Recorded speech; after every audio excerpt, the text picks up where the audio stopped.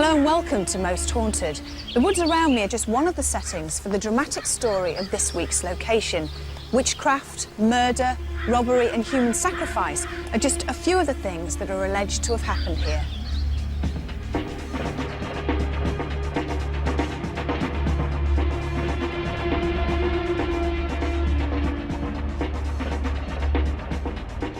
This week, we're on the Essex coast, investigating one of the county's most infamous properties. And by spending 24 hours, we're hoping to uncover the truth behind the legend of Treasure Holt.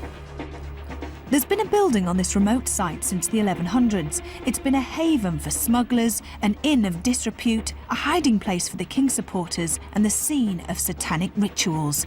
There are supposed to be several ghosts here that have been seen on many occasions. Will the Most Haunted team come face to face with any of them? Now, who's going to be willing to spend 24 hours in one of Britain's most haunted locations? I hunted around, I rung a few people, and of course we came up with the usual crew, the happy crew. There's Mark smiling. They all seem very happy now, don't they? Yeah, you do. When the lights go off, it's a totally different story. When we moved in, it was a very bad winter. We slept in the back bedroom. The kids was in the front bedroom in sleeping bags. And one night, my wife woke me and she said, quickly, a girl is sleepwalking. So I jumped out of bed and ran into the room, and we'd seen this young girl walk across the room. But when I got in the room, the young girl was gone, but my daughter was still in her sleeping bag. And that's the first time we see anything at all.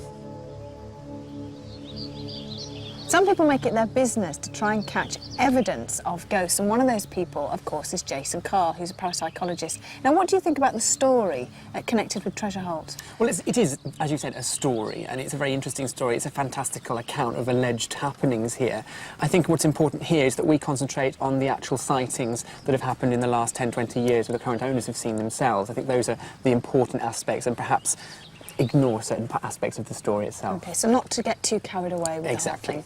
the whole thing. One of the things that was supposed to happen here, of course, was black magic. Do you think that's true or not? Well, you use the term black magic. Again, the story uses the terms Satanism and devil worship. Basically, it might boil down to witchcraft, which is a pre-Christian religion, the pagan religions, where people worship the earth and they used to dance around fires, as it says in the story. If that kind of worship or devoted thought happened on this land, then that might be a reason that psychics pick up emanations, because that devoted thought can leave supposedly a psychic imprint, and that's what psychics pick up on. So if you believe in that, then that could be why people have had unusual feelings here and feelings of presence. Now, obviously, it's not just the house. We've already mentioned that, of course, it's the surrounding areas as well. Yeah. How are you feeling about tonight? What are you expecting to happen tonight with all of us? There have been reported sightings both on the track that leads from the main house down to the main road, and also in this area and the lawns that are beyond, of two cavaliers, or a cavalier and a roundhead rather, fighting a duel, and the phantom monk of Simon, as the book says. But the monk ghost, and I was talking to the owner earlier on, he's seen it, but as he said, who's to say it's a monk? It was just a black figure, possibly robed, but he's associated with the monk legend. Now, obviously he's seen something, whether it's a monk or not, we don't know, maybe we'll know tomorrow. Now, lots of people have seen things here and heard things. Now, is our psychic medium, Derek Akora, going to pick any of those things up? We'll find out when he arrives tonight. The ghosts that I've seen don't even know you're there, I don't think. They just go about their business. I mean, I front to front with a cavalier on the stairs and he just took no notice. I did say, you know, whatever, and but he just vanished. He just faded slowly, but they take no notice. I was sitting downstairs with the wife late on Boxing Night. We was both reading. She had the cat on the arm of the chair. And there was a whooshing sound down the side of the house. We took no notice. Thought mini tornado. Went out, had a look, there was nothing. It was very still. We went back in and there was another whooshing sound a short while later, and the kids come running down from upstairs and they said, we heard shots. So, well, no, it wasn't shots, it was just a whooshing sound. And when we looked at the cat on the arm, it was standing up, growling like a dog with all its hair on end. And then the kids said, quick, look at the window. And when we looked at the window, Uncle Percy was standing there. He vanished up the stairs in the doorway that he put in, because he used to use that doorway when he come back from the pub and didn't disturb nobody. So It was all covered over up the stairs. We've pulled it all down since, and there is a frame of a doorway that's all been blocked in. We was having friends over one Sunday, and we got up to make some sandwiches and left our friend in the front room. Suddenly he called out and he said, "Quick, come in here."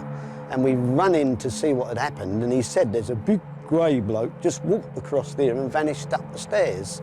You know, and we just said, "Oh, we'll have another drink and, you know, we'll have a look at it later." Anyway, I told the local historian who put it in the local paper, and a couple of nights afterwards we got a phone call from a woman who lived over in Constable country, and she said, "That was my Uncle Percy, you see." And I said, "Really?" She said, "Yeah, a big tall fella," she said, "grey suit, red beard." Well, we hadn't put red beard in the paper, so it was obviously her Uncle Percy, because he did have a red beard, but we never mentioned it. He's normally about Christmas he comes, but I don't know. You know, there is no time, you can't say it happens here, it happens there. It just happens. So whether it happens tonight or not, I don't know. Lots of things have happened in this particular room. For instance, in 1910, some human bones were found right here under these floorboards. Now, the ghost of Uncle Percy has been seen on many occasions, and he actually appears at this window.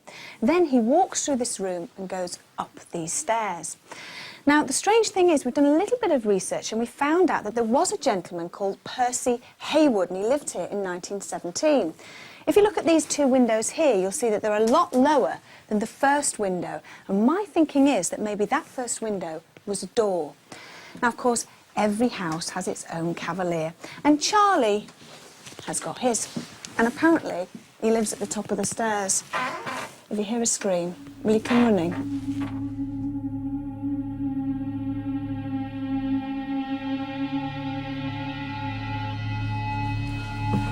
This is certainly a very higgledy-piggledy house.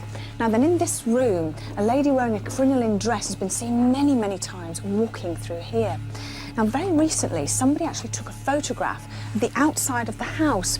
When they had the photograph developed, they actually saw the outline of a person staring out of this very window.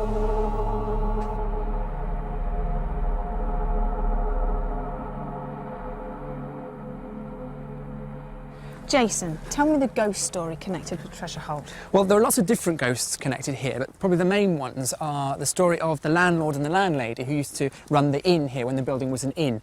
And they used to entice wealthy travellers to spend the night there by plying them with drink and food and putting them in a bedroom and murdering them for their wares. And they disposed of the bodies by chucking them down a trapdoor and into a well beneath. Now, that's probably just a fantastical story, but there may be a seed of truth in it, because there have been some bones unearthed within the house and within the grounds. That's horrible. It's not a nice story, it's a grim one.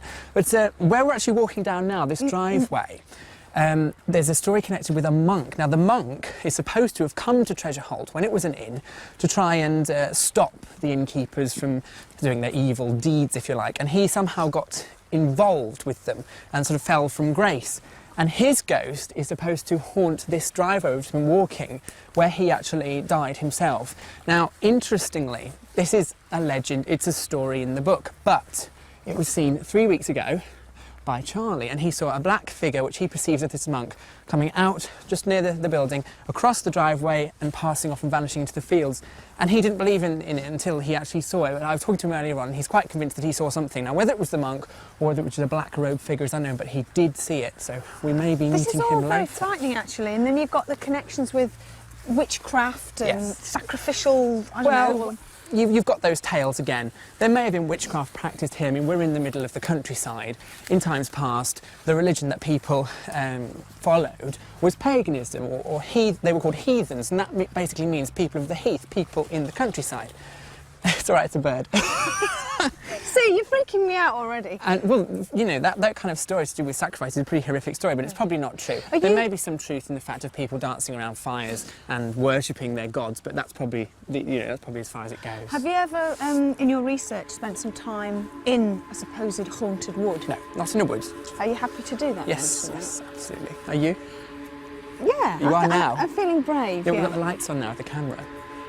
These people won't be here later. Oh, they will. You all will. You're not just getting you. away from it. At one bit, nobody is. We're all in it together.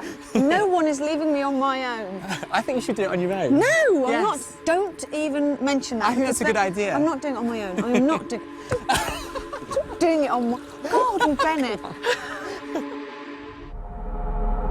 To help with our investigation of Treasure Holt, Jason was setting up a motion detector to hopefully capture the movements of the ghost of the crinoline lady. Basically, this is a very simple laser device, a bit like a burglar alarm, and I had our rigger Stuart design this and set it up for me. You can't see it with the naked eye, but there is a laser beam firing from this device to this device. Now, if I put the smoke machine on it, you can see it a bit clearer. And what I'm going to do is set this up in this room, and if anything crosses the beam, you heard that sound there, that will alert us and we'll come up and investigate. Now we're going to seal the room off so we can be sure that no humans have come in here. If a cat got in, there are several cats here, this is too high, the cats wouldn't be able to sort of break the beam, if you like. Now the reason I've chosen this room in particular is because the crinoline lady ghost has been reportedly sighted here twice, moving across the room. And also earlier on when the crew was setting up outside from the garden, one of them looked up into the window here and saw something move across the room. Now, we're not saying that's a ghost, but the description of the clothing this figure had didn't match any of the crew members or anybody in Treasure Holt at the time. So if there's anything in this room, this device will catch it.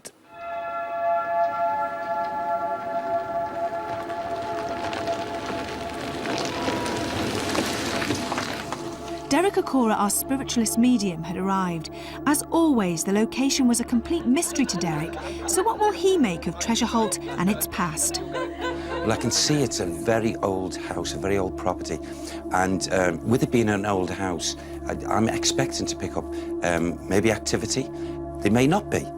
They may be quiet and want to stay in the background. Who knows?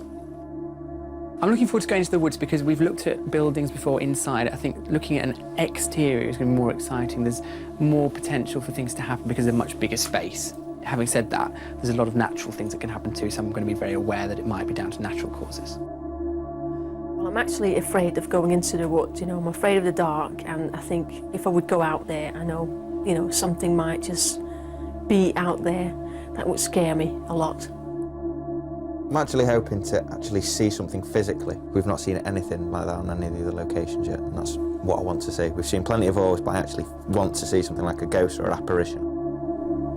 I think I've got a reputation now for being quite hysterical, and what I want to do is to stick it out all night, be completely rational and objective, not freak out and prove every one of the crew wrong. It was time to show Derek around, and we were all keen to discover what he would make of the house with its many ghostly occupants. Yes, and as we actually come into this large room, lounge, what have you, event, psychically, I'm getting these feelings of like pulling me sideways, backwards, and forward. And that, I feel, is all attributed to, as we're in this atmosphere now in this lounge, we could be in 5 different time zones. Times. Because, oh God, look at that. What? Oh, look at this. What? Oh, I'm sorry. Can I say, talking to you, my view over in the corner is I'm seeing a monk. A monk? Let's get a bit closer if we... I wish I could see it. I hope you can. wish I Let's could see see. it. I'm just mentally asking, will he talk? He seems to be very, very keen to be looking in our direction. But, yes. Okay. Now, this doesn't belong to him. This building does not belong to him. Who is he, Sam? Yes. Simon. He gives the name Simon. Is that the monk's name? The monk. The monk. And, oh, he's dishonest. He used to come here. He'd come here. He travelled. Why would he come to an inn? Let me find out. As he showed himself, he was holding something like this, you see. And inside was gold. He took them, he pilfered, he stole from the monastery. Is the monastery? Which monastery is he from? Hold on. Oh. is a monastery nearby, a monastery, and there's tunnels. There's tunnels linked with this here. There's a tunnel. He used to come to the tunnel. He perished in the tunnel. There's a tunnel here somewhere. There's tunnels on these grounds here. There's a tunnel, and it's blocked off. But this monk, Simon, used to go down into the tunnel. There's a cavalier. There's a man here. There's a cavalier by the chair. I feel there's some kind of connection. And the monk, you see, as he shown himself, he then disappeared and off he went. So he didn't want the cavalier to see him. Are they from the same time? Same time, yes. He didn't want this cavalier to see him. You get a name. There's two people here. It's a man and a woman. A man and a woman. And they're calling Simon. They're calling him. Now this is, I'm going into residual time and energy with this. And they're talking. Thank you, Sam. They're allowing me to listen to a conversation. He's given them this stuff. He's given them, it looks like this box or something that he's got. Contains jewellery, money, gold. And he's given them. And that it's like as if they're patting him on the shoulder, well done. And it's a man and a woman that run an establishment. You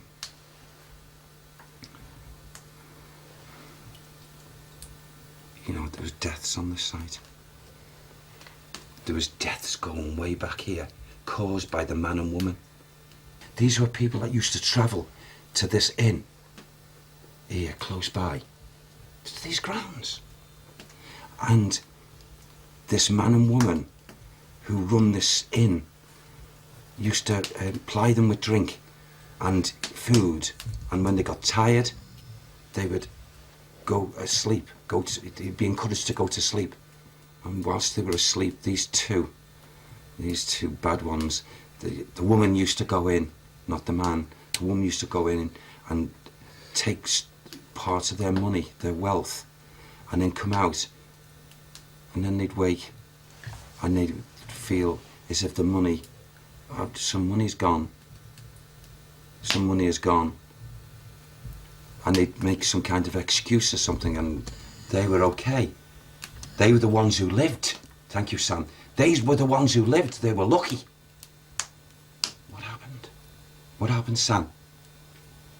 The ones, there was 3, 4, 5, 6, 6 people woke up and caught these people, and they were bludgeoned to death. He hit them with a big stave on the head and took the bodies away. What were they? What were they? They were merchants. While you're getting all this information, which is quite specific, you're getting a lot of information for the monk. Yes. Do you have any other information of where he's from, or his surname, or what I know order? he's linked with the monastery, and what he's done. Monastery? I don't know. I can't tell It's you just that I It's can't check the information without something okay, specific. You know. Okay, but it's to do with this place here. Are you being led anywhere else? Because we're just staying in this one room. Yes. I think it'd be good for you Okay. to have a good old look round. Yes, okay. The history of Treasure Holt was slowly being unravelled. It was slightly unnerving to know that so much had happened in this strange, crooked house, and we knew there was more. I get a young lady, comes here, and your hair is lovely and blonde and light. Her hair was even a lighter tone, and I'm getting the essence of her up here. But again, this is residual, and I'm just trying to work out time scale with this lady, because she's got the beautiful long dress that's out here somewhere, whatever they term that sort of dress. Who? Is that him shouting? Okay. Is he going to be... Where is he going to be? Downstairs. Okay. Derek was aware of hearing a man's voice calling to him from downstairs. We were all a little surprised to discover, according to Derek, it was the ghost of Percy. He has been seen on many occasions walking from one side of the house and through a wall where a door used to be, and he was now communicating to us through Derek. To my bed. Where's that door? Where's the door? I know my door, and I can't see my door.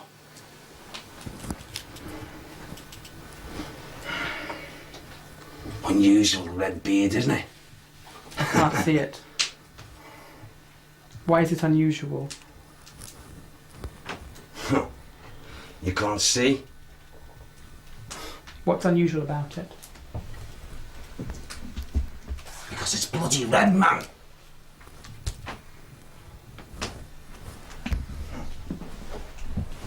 Tell me what I'm doing, there's red beard. Where am I? Can't you tell him he's dead? Can't you tell him he's dead? I can't not tell him he's dead. Well, because he might get all aggressive with me. Percy, do you know you are dead? Who's dead? You're dead. I had a good love here. I had a good love here.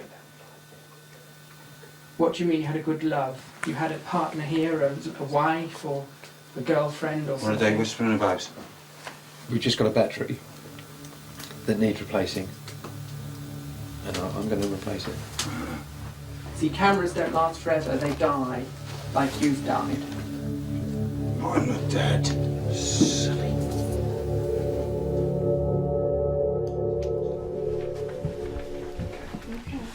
Yeah, great. Okay.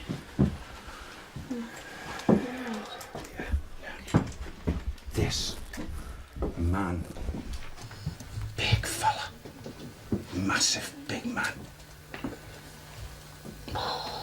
very strong face, and a massive beard, and in a grey suit. Can you find out what his surname is? I'll ask, okay. He's not an angry man. He's not an angry man. He's a good man, actually. But he seems to be, I don't know, it's like as if he's trapped here. He's trapped. He knows no better. And yet, you know, with this man, it doesn't go back that far. Can you answer me a question, Derek, now that you're back here? Yeah. When the spirit entity allegedly was just talking through you and sort of temporarily possessing you, so to speak, he appeared to give lots of information quite freely and answer questions quite freely. Did he? Yeah. But nothing extremely specific that I could say, wow. Jason, you know, I know we're always talking about this in discussions. We've got a thing called free will in this life. When we leave the physical body, whether we transcend and go truly into the realms of light, to the spirit world, or we stay close to this atmosphere, that free will seems to become even greater in the essence of this person's understanding would probably be checking you out if it wasn't you, and another parapsychologist, and would not be reading your mind, would understand and give you a hard time in not giving you.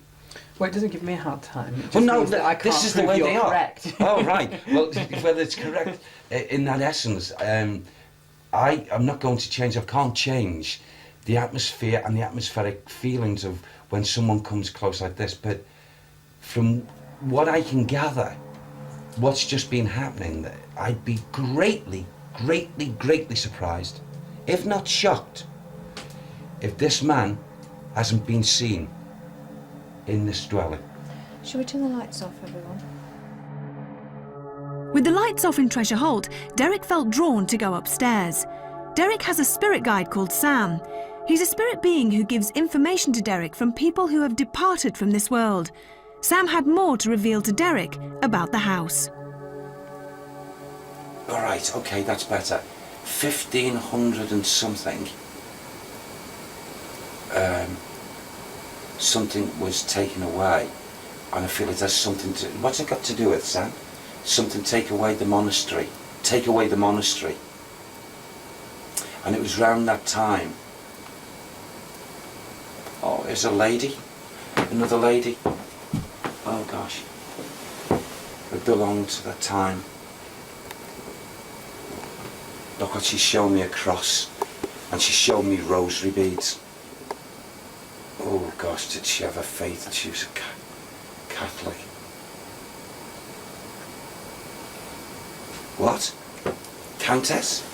Countess what? This lady who's here is a countess. Countess. And, oh, she had a faith under the Catholicism. And it's like as if she's shaking her head because people come here and they destroyed all her belief and her faith and damaged all her belongings and looted and took away a lot of her. Can anyone see her here in the corner? Just here. This lady, as she's shown herself, she is a lovely soul. She just emanates goodness. And you know, she would be in her late 40s, probably. Late 40s. And she's so humble looking as well. She's sat in that chair now? Yes, she's there. If I go over there, will I be able to feel her? I should hope so. I hope so. Just take your time. She must be very small because this is a child's chair. She is small. You know, can I just say this to you now?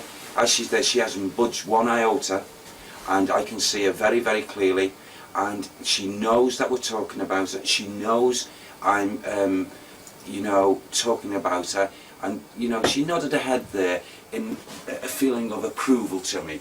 You know, yes, that's correct, although the words weren't coming to me. That's correct about me. But she was so hurt and upset when these ruthless barbarians came along and ransacked this home, this place where she was, and they destroyed all her things that had anything to do with her faith. And Sam keeps on calling her Countess, Countess, Countess. Do you feel anything, Jason? Absolutely nothing. Well, whether you're feeling anything, Jason, the emanation of the love and everything is with that lady there, and she hasn't budged. She wanted to make her self known, and she's done it in a very, very, very in a quietude. Now, if she's coming here in visitation, because she's certainly not residual stuff, it means that she helps the benevolence and the benign, friendly atmosphere that is here presently, because some of the stuff that goes way back is not managed to stain too much or dishevel the atmosphere. In other words, the present occupiers would not feel under threat or anything like that because of her faith and walking around. While we were inside, Carl and Rick took the chance for a quick visit to the haunted woods. Although the whole crew would be walking there later, eager as ever, they couldn't wait to see if anything startling might happen. How do you feel, Rick? All right, just cold. I'm not at all in the slightest scared. It's It's usually when you're not scared or something. usually when you don't expect anything that... Now, apparently it was around here that the monk was seen, and just walked across the path right in front of you now.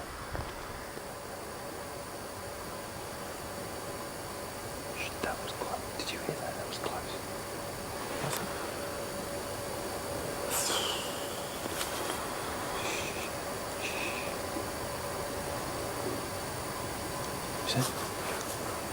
I just keep hearing noises. It's over there. It's behind me. It's definitely behind me. You go first.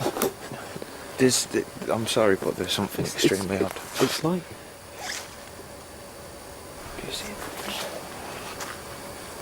It's like rustling or something. Yeah, but it seems high up.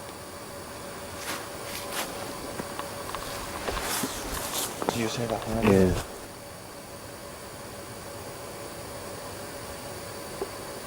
What?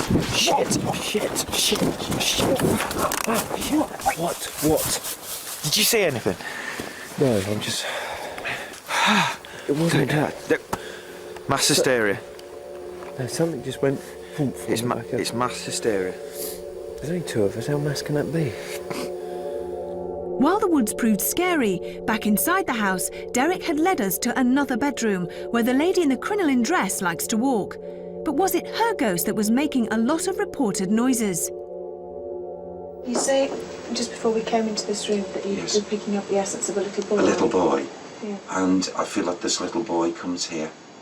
I'm not totally certain yet whether he is constantly here, but I'm getting visitation, and I feel at the times of the knocks and the bangs, the emanations would be caused by the little boy. He's not in any way a bad, evil child or anything.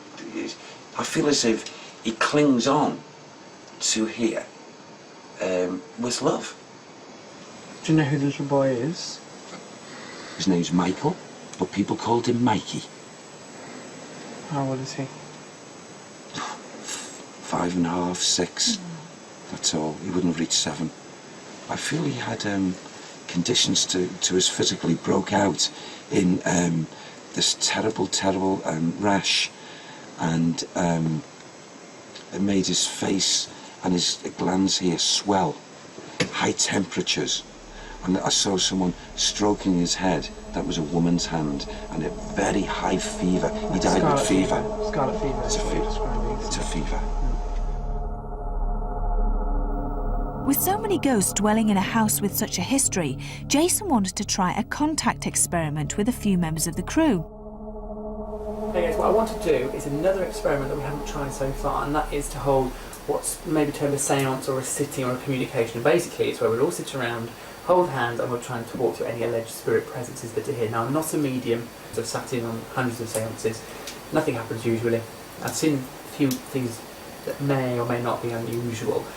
Probably nothing will happen, but we've got 2 experiments here set up on the table as well, which is the EMF meter and the temperature gauge. So if there's any fluctuations in the electromagnetic field or in the temperature in the room, we will register that. So what we'll do is we'll all hold hands. The reason we do that is to link our energies, if you believe in that kind of thing. Fingers. Link our fingers, yeah. And the ghosts or the spirits will use our energy collectively to cause any phenomena or manifest. That's the theory. So whatever happens, we must not lose the link on our fingers, okay? So is everyone ready? Yes. Okay, what we're going to do, we've got a candle here, not for effect, it's for a purpose, it's a focus. So what I want everyone to do is look at the candle for just for a few moments and focus on it and try and clear your mind.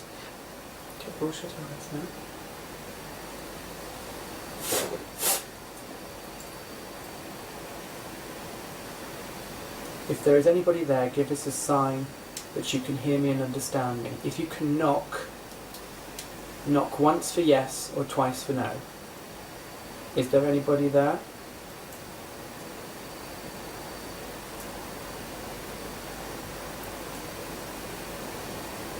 I can feel like a breeze coming from that end of the room towards here. Can anyone else feel that?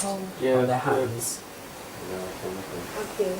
I can feel it on the side of my face. But was it there before, or is it just because I took my coat out? Watch. Something's... Don't open your eyes, anybody. What did you feel? I just felt something move my hair. What, like tone? If there is a presence here or a discarnate entity that's trying to communicate with us or give us a sign, thank you. We acknowledge your presence by giving us these signs, but can you give us something stronger? If you're causing this breeze that I'm feeling... Orb on this camera. Really? Where's it? Can you tell me where it went? It came from behind Stuart and towards Bev. Is there anybody here? Please, we really, really want to make contact with you. Well, that breeze is now very, very strong. It is, isn't it? Very Can you strong. feel it now? Yeah, I can feel it. It's getting stronger. Oh, yes, it is. It is It's getting right across stronger. my leg. If you're still in the room with us, thank you for giving us these signs, if that's what they are, with the temperature alterations and the touches. If you can do something greater and use our collective energy as a source, and use the energy to manifest in any way you can do, to come closer to us, Please do that. Somebody keeps tickling the top of my head. Who is it? Do it again if there is somebody there. Actually, I have to say your hair is standing up. There's a bit of your hair that's just pointed up. Well, It's it just feels like a static pyramid of and it's hair. hot. It is. Isn't it? Your hair is all standing up. It wasn't like that before. It's still there. Can you see Yeah. it? That must have happened while we had our eyes shut. It's so hot. The top of my head is hot. Did you feel that? Yes, I thought that was you breathing. Oh my god. There was a cold blast. Was it on your left In my hand? face. Oh, right. I'm getting really frightened now. Don't be frightened. Yes. It's like a Blast of cold air. Yeah. I thought that was so strange. I thought it was someone exhaling. It's almost like someone's opened a freezer door and shut it again, and it's like happening infrequently. That's That exactly what it's Yeah. It really has gone a lot colder. Oh, it feels. Orb again. Colder. Again. It came from Stuart, and it's heading this way. And back. It's gone back exactly where it came from, back towards Stuart's knee. So it's come over towards the camera and then And it come went back towards again. us. Yeah. In the short time we spent trying to communicate with any spirits, we had caught on camera 3 orbs, which are said to be the first manifestation of a ghost. This particular orb seems to flicker, which is thought to be fluctuations of energy through the sphere. Apart from these, everyone experienced a drop in temperature, but just how much? We're just going to check the temperature gauge to see what the minimum and maximum was throughout that period. It started off at 17.4, which is what it was when we began the seance, I checked. And it's gone up to 18.6. I was freezing. But it's interesting that it's gone up when we experienced it going down. It was time to do battle with the cold and our fear, as we had to go into the woods. A lot of ghosts have been seen wandering aimlessly around at night, and Charlie seemed a little nervous about us venturing out. I'm not going outside because it might be Uncle Percy getting the hump. What do you mean you get the hump? Well, I don't know. What is he looking for? A small group of us went out into the grounds of Treasure Holt.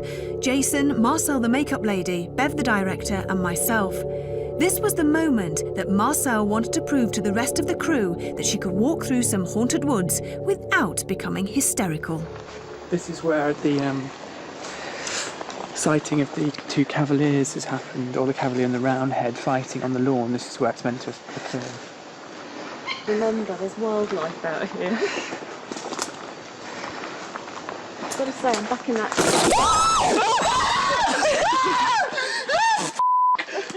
That was the wildlife. Come back with the torch! Nice start, Marcel.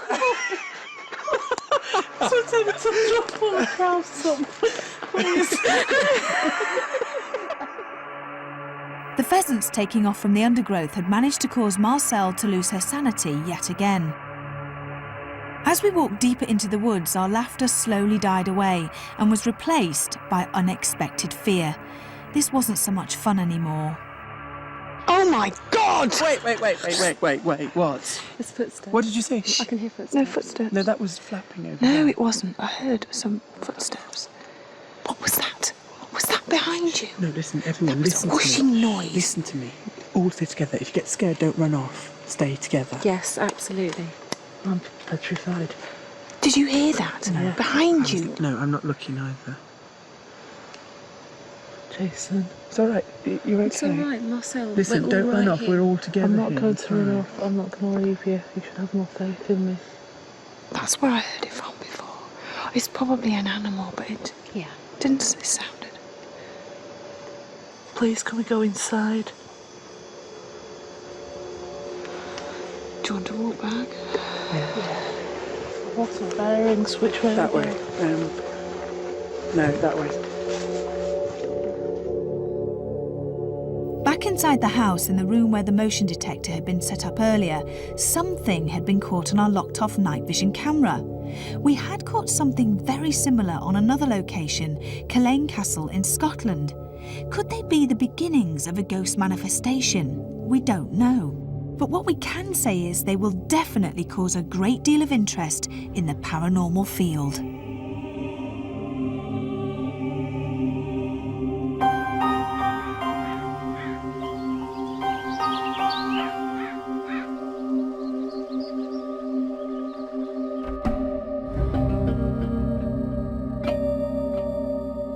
residual energy first took me when I come to the house, in the essence of I seem to be taken into, the way I describe it, into layers of pictures, if you like, of different times. And the unusual thing that's never happened to me before, and it could be because of the strength of the residual energy here, is that I was being walloped back into one, then pushed forward, not just like from one step to another. It was back, way forward, then back to a higher level from the lowest, and then back. And you know, my head was spinning, but it was worthwhile, and it was lovely to experience. The seance experiment that we did was interesting. At the time, we all seemed to feel temperature variations, breezes, people touching our hair. Now, we had a temperature gauge there registering the temperature. It didn't register a drop, quite the opposite. It registered that the temperature went up. Well, at times, it can be a very good vehicle, and provided that the seance is run in a disciplined way, you can get great results. During the seance, it was noted that Yvette's hair had sort of somehow stuck up in the middle.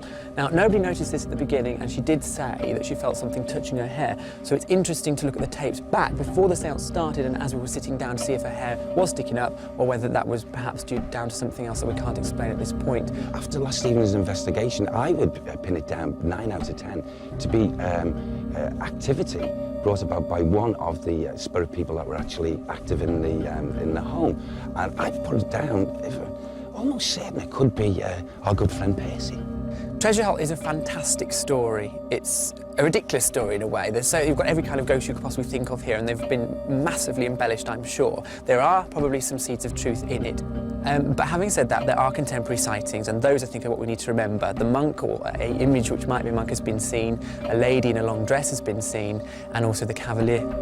The ghosts, the spirits that are here are people, again, that have had a great deal to do with the building, so it was lovely to experience.